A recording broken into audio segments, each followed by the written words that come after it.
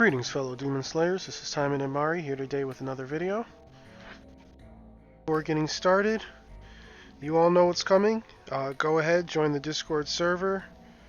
If you need help on the game or whatever you want, we're there to help.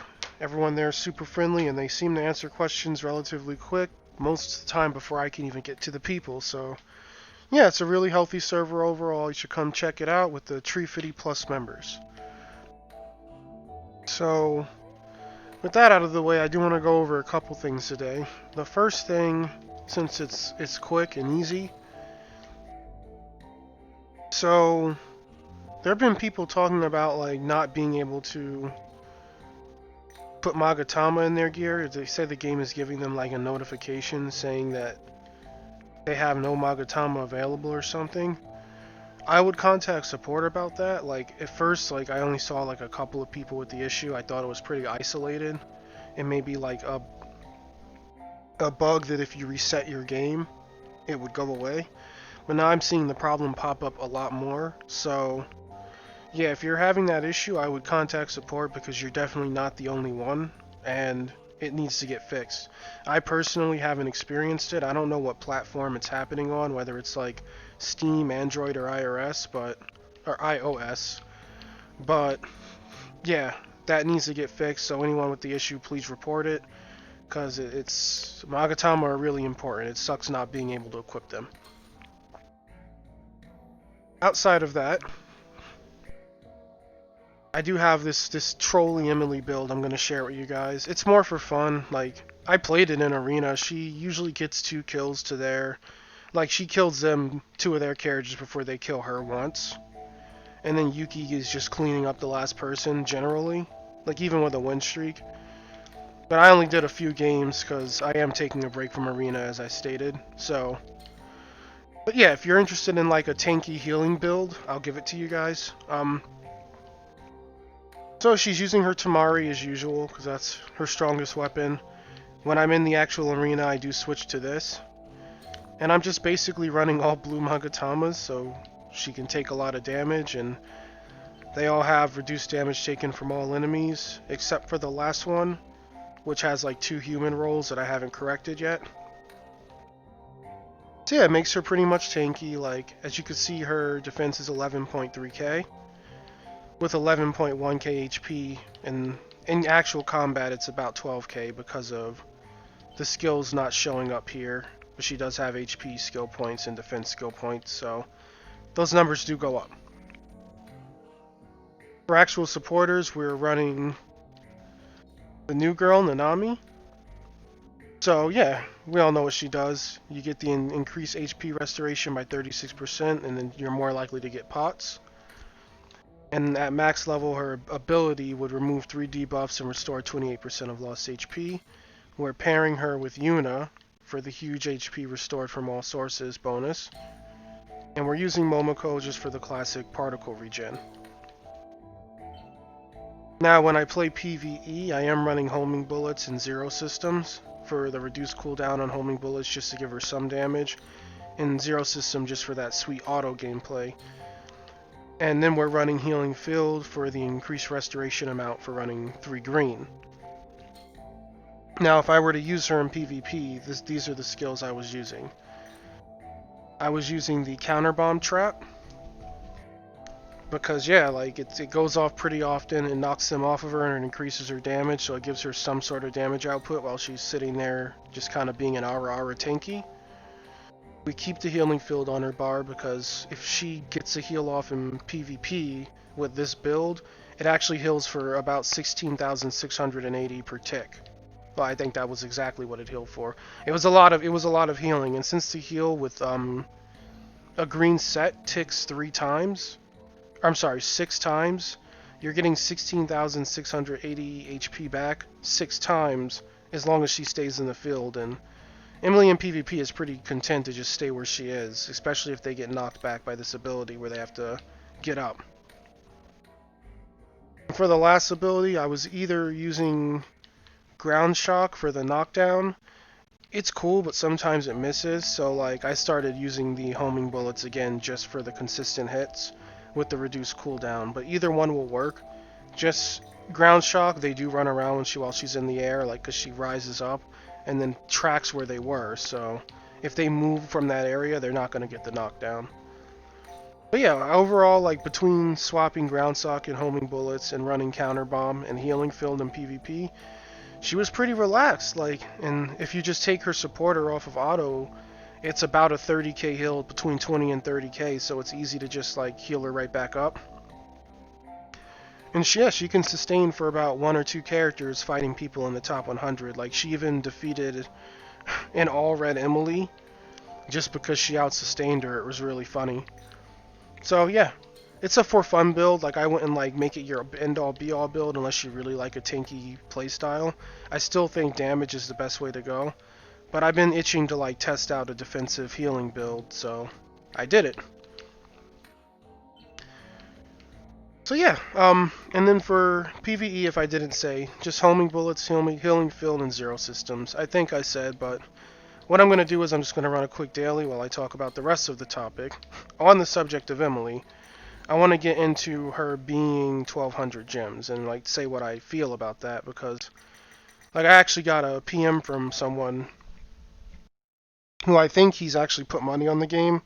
Like, I think he's said once or twice he's gone for mileage at least once. He claims that he's quitting the game just because of Emily being 1200 gems.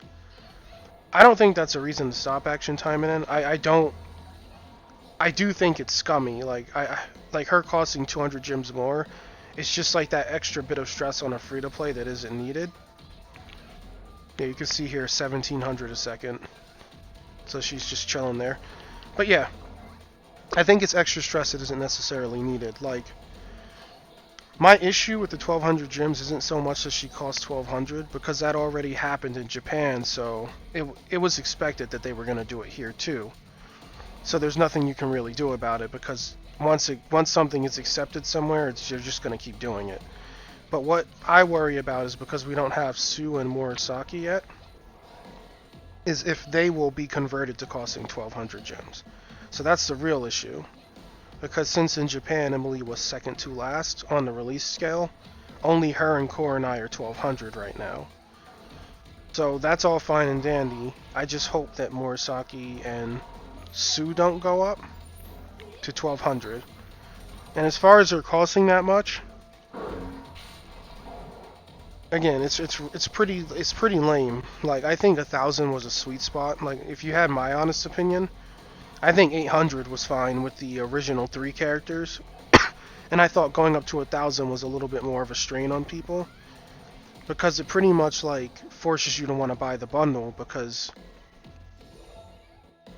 it's just cheaper. Like, yeah, you may not have spent any money for those 1000 gems you farmed, but those 1000 gems, according to their system, are still close to like being 50 to 60 bucks worth of gems. So the fact that they want that many gems out of you just to get the character, and the bundle's only like 45 to 50, yeah, I can certainly see how someone would rather buy the bundle, even though it costs real money, just to protect their gems.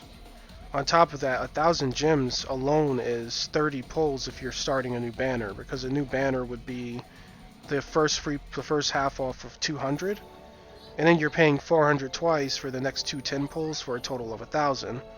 So it kind of comes down to, do you want to give up 30 pulls in gacha for a new character?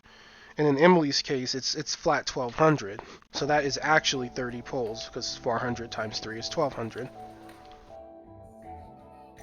So, I don't know. I wanted to talk about it. It seems to be like bugging some people. At this point, though, I still say, like, no matter how you get a character, it is worth it, because they are going to increase your AP. They're going to give you another option of gameplay style, which is huge, because this game doesn't have many characters yet. Like, we don't have like a huge roster like, say, Genshin or Honkai or FGO. So any unique playstyle is welcome. Just because some people like having variety, they like playing more than one character all day. So any price is worth it. Unfortunately, like, they're kind of in charge of what the pricing will be. So we can't really argue it or debate it. There's no way to get it to change. which sucks. And which is even worse is that it's all made up values, right? Like, it's whatever they say it's worth. It's not like it has any real world value, because it is all just content in a video game. But that's getting way off, like, getting into the whole monopoly money argument about like mobile games where you're using real money to pay them for fake money to buy fake stuff in the game. That's getting way off subject. But yeah, I'd say Emily is worth it. She's fun. As you can see here, she's really versatile. Like, even with the tank healing build, she's still chilling, which is fun. It was cool to see the build work in PvP to some extent. The only issue with it is, like, if she doesn't pop her healing field, you might be in for some trouble, because she does need the healing. But with the supporter, it kind of covers that. And yeah, the damage with her PvP weapon is pretty respectable, of course, as it is S level 5. So I'm gonna finish this mission, and I think that's really all I wanted to say. But yeah, getting back to that weirdo bug, definitely contact support about that. I don't know what's causing that, because I haven't seen the issue yet to like try to troubleshoot it myself, but they definitely need to fix it, because not being able to wear Magatama is pretty awful. And I wouldn't stress the 1200 gem thing too much. If it comes to a point where like Murasaki and Sue cost 1200, I mean, I don't even know what we do to combat it, because it's really up to them at this point what they do. But I do agree that 1200 is asking a bit too much, especially if free-to-plays. Like, I don't think you can even comfortably farm 1200 in a month consistently without a certain amount of events happening or a new story being added. So hey, the gold drops actually weren't that bad. But yeah, that's really all I wanted to say. Like, not really much to talk about today. Plus, I'm still super exhausted from doing that almost hour-long voice acting video, just because of all the voices I had to like keep up with and completely failed at because it was just too many girls. But yeah, if you guys enjoyed it, please like and subscribe, as I am a baby YouTuber, and every little bit does help me out. You guys go ahead. You have a great rest of your day. May you have good luck in your gachas, and you take care.